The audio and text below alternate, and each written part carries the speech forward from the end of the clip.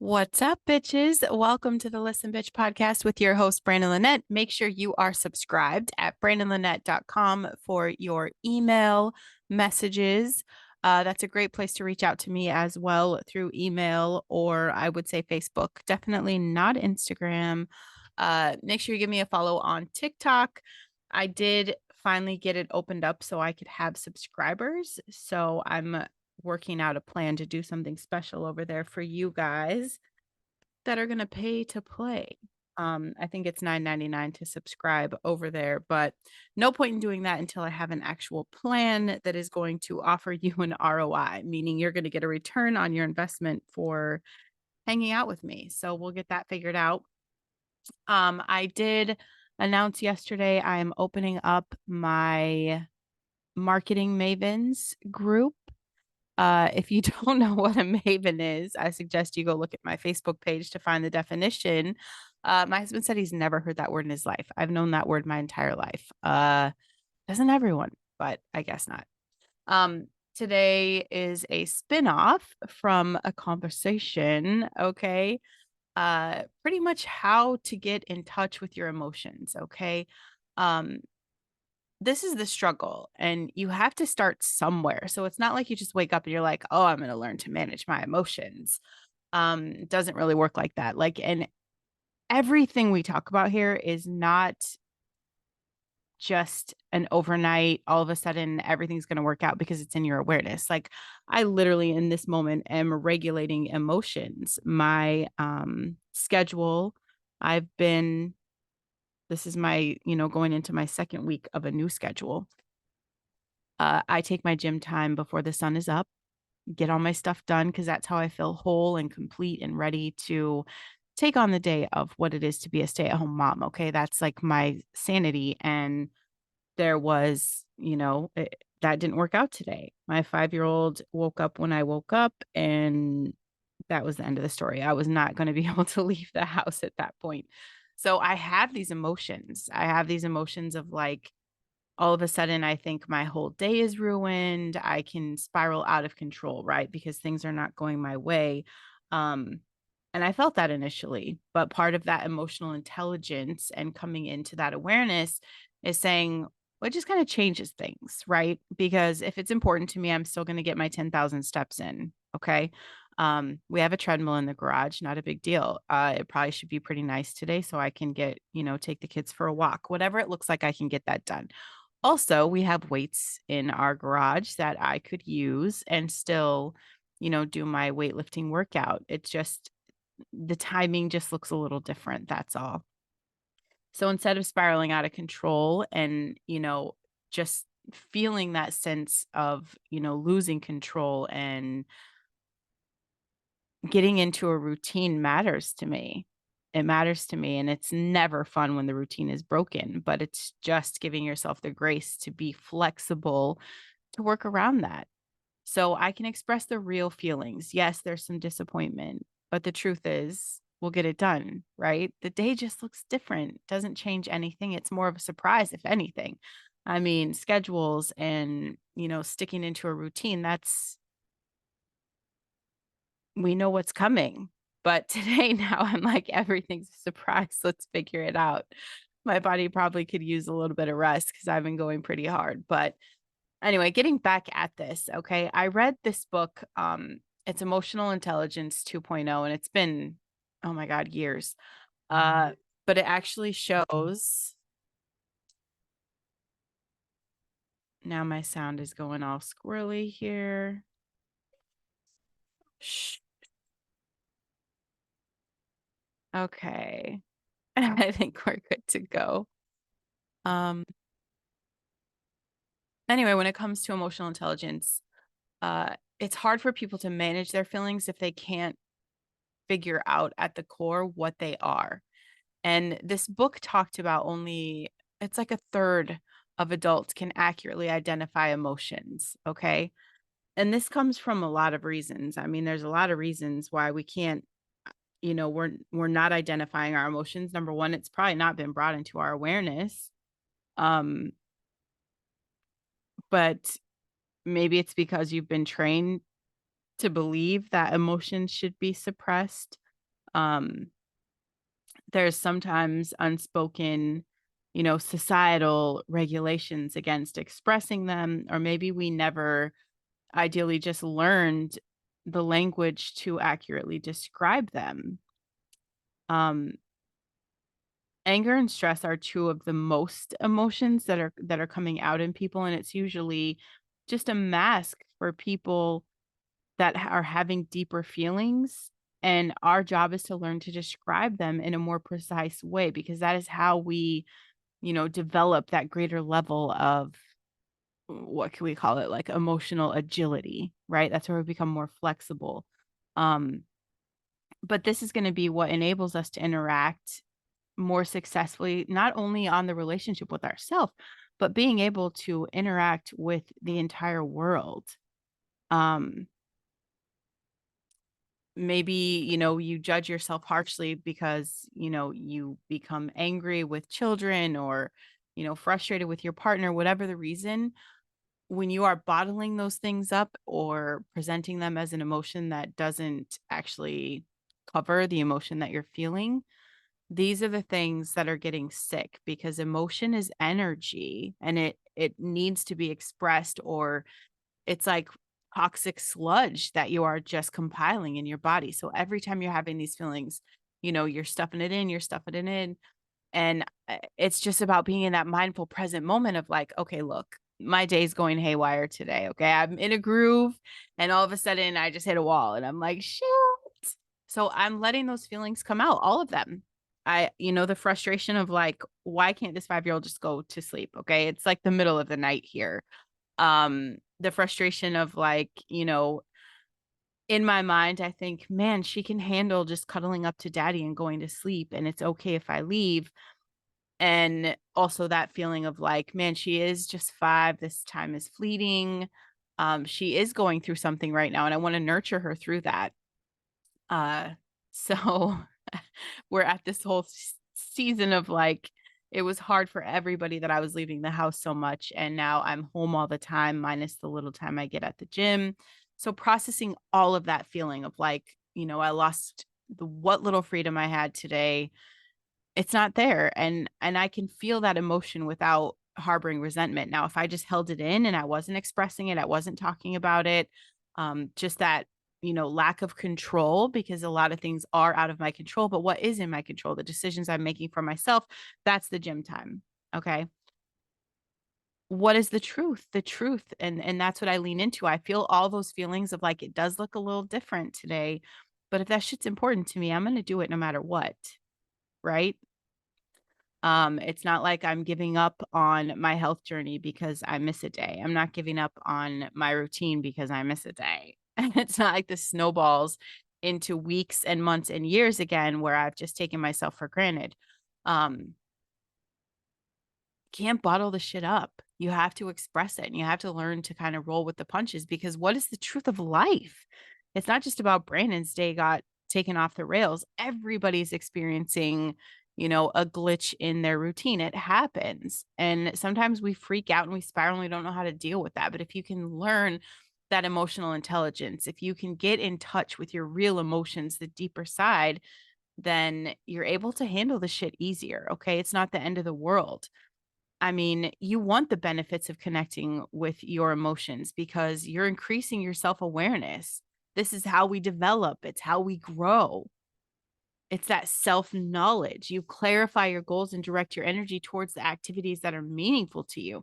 This is that first step of living with a sense of purpose instead of that, operating on autopilot. You got to turn it down, baby. Enhancing your relationships, understanding yourself and other people. When you have an awareness and an emotional intelligence that you have practiced, building on, you understand yourself and other people, and this makes intimacy possible. Otherwise, you just have these surface wasted relationships with people. Surface is so boring. I don't have the energy for small talk and surface bullshit. I just don't. And my face doesn't fake it, my mouth doesn't fake it. So I have had to force myself to lean into emotional understanding. And it makes me more sensitive to how people around me are likely to react to situations. I've been able to provide, more empathy, more moral support. I give myself more grace. You start treating people good, you start treating yourself good. Everybody gets a little dish of grace, okay? But being in touch with your emotions builds resilience. Any challenge is easier to overcome when you can identify and regulate those emotions. And challenges are going to come. We're in the arena, we're getting our life kicked. We're not meant to live on autopilot. And there's always going to be something that come and disrupts your, comfort zone. That's God's way of saying, "Hey bitch, get off your ass and do something." Do something. So building that resilience and becoming emotionally aware, this is going to give you that motivation, and you're going to build the skills to deal with the setbacks without it, undermining your self-esteem. You're not going to beat yourself up. You're not going to cave. You're not going to give in. You can achieve more. Emotional awareness is going to maximize your productivity. That means when you wake up and your day is off the rails and it doesn't go the way you planned, you're still going to get shit done. You still get shit done, no matter what it looks like. You can make sound decisions under pressure. You can collaborate with people better. So, what are some strategies for identifying your emotions? It's about trying to label what you're feeling. Make your language as specific as possible. We talked about sadness yesterday, and it could just be that feeling of listless. I cannot say words today. And how is it that when you say words over and over, they just start to sound weird, like listless. It just doesn't sound, it just gets weird. It's weird. Feeling listless on a rainy day, sad maybe because you're grieving for, a pet or a family member. And it's about, looking deeper inside of that. Your behaviors has a tendency to be deceptive if you have this habit of covering up the feelings that you think are inappropriate, okay? Because, like, how can I explain that? Do you hesitate to show affection because other people might take advantage of you? You have to examine your true motives. And this does get deep. So this is part of, your assignment today, is to journal about that stuff. Like, are there things that you don't express because of what other people might think, or because, you've been taught that that's not okay? Men don't talk about their feelings. It is important to be someone who can have an awareness. Okay.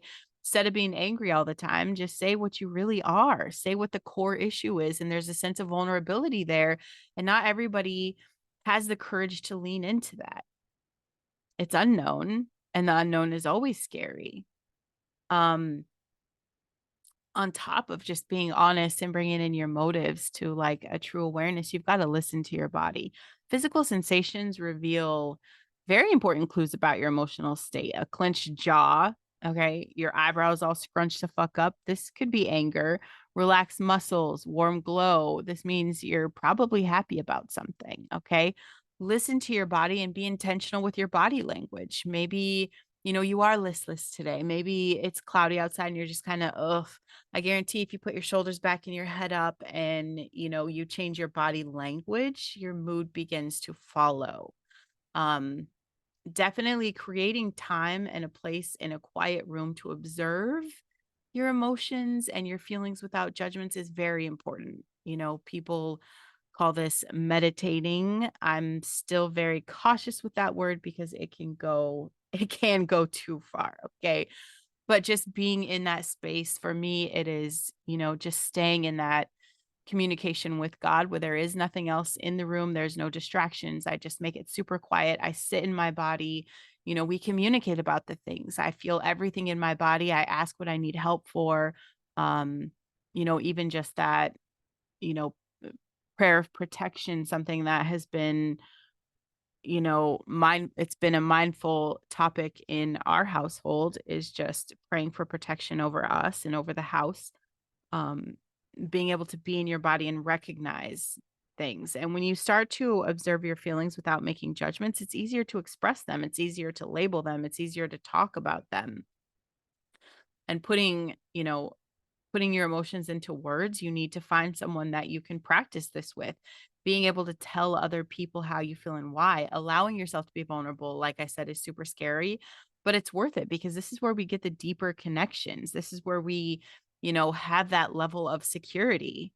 Um, and start small. It's not about, pouring out bug, hold on, baby. It's not about pouring out your heart all at once. Just start small. If certain subjects seem too sensitive and you're just suddenly completely triggered, you prepare yourself by discussing things that feel a little safer. And as you become more confident in your skills, which you're going to do every time you're practicing this, when you're making a mindful decision to say, I can talk about my feelings, you're going to be able to address larger issues with ease. Um, Something that really does help is that physical exercise. Okay. And I'm not just preaching this to you. I've done that before where I've said you should exercise and I wasn't taking I wasn't taking my own medicine. Um, Guaranteed, physical outlet is or physical activity is a good outlet for your feelings. Um, I mean, tension melts away when you're active. It really does. It kind of puts things into perspective. And if you're me, after that 3rd mile, you're just like happy to be alive. And that's what matters at that point. So it changes your perspective. Get physical, okay? I don't wanna hear your excuses. I hear your little mind like, "Oh, I can't work out because my hip hurts." There's something for everybody, okay? I don't have a gym membership. I don't have whatever. Girl, you can go on YouTube and put in exactly what's wrong with you, like workouts for, um,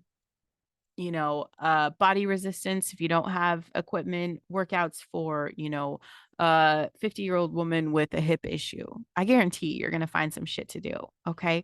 Just getting up and moving your body is important. Um, Sharing emotions and being able to express them, I think creativity works in this too. Maybe write a short story or, journal on this or, create an art project that expresses your feelings. Any medium that gets you in a level of creativity, pour your heart into baking or, create an app, design a board game. I don't know, whatever. Just do something fucking creative because that idle time I was talking about, that's killing you. Okay. It's killing you. Find something to do. And honestly, just a disclaimer because, I don't want anybody coming back at me. This is an entertainment purpose only podcast. If you are feeling sad on a regular basis, seek help. Okay. Seek help from a professional. Um, maybe you need counseling. Maybe you need medication. If you need more help dealing with your emotions, if you know that none of this advice is going to work for you and you are just too dysregulated because that's the thing, we just get dysregulated, and I think everybody does when we're triggered. There's dysregulation, like your chemicals are going, squirrely. um your blood flow's different, your heartbeat's racing, like there's just a whole physical response when we are triggered. But if you are constantly in a state of dysregulation, it's probably time to seek some help. Okay. um but that's it, you guys. I want you to make it a priority to get in touch with your emotions. So practice that today. Practice, you know, even if it's just with you, start talking about what you're feeling. Have the conversation of like, "Oh my god, Judy at, the water fountain today is just really pissing me off." Well, why is she pissing you off? Because usually when we're annoyed by someone, it's something that's reflecting back at us that we need to see in ourselves. Maybe she's gossiping so much and it's just because you need to realize that you've been doing the same thing. I don't know. It's for you to figure out, okay? That's the excitement of the day. I know I will spend the day getting in touch with my emotions because my day started awry.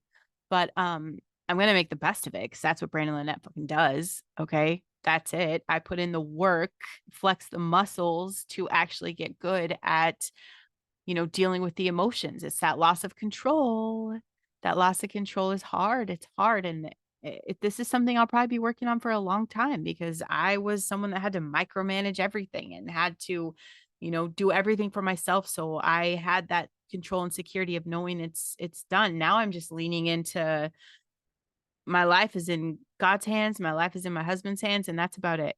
That's about it. There's a few things I have control of. I can go work out.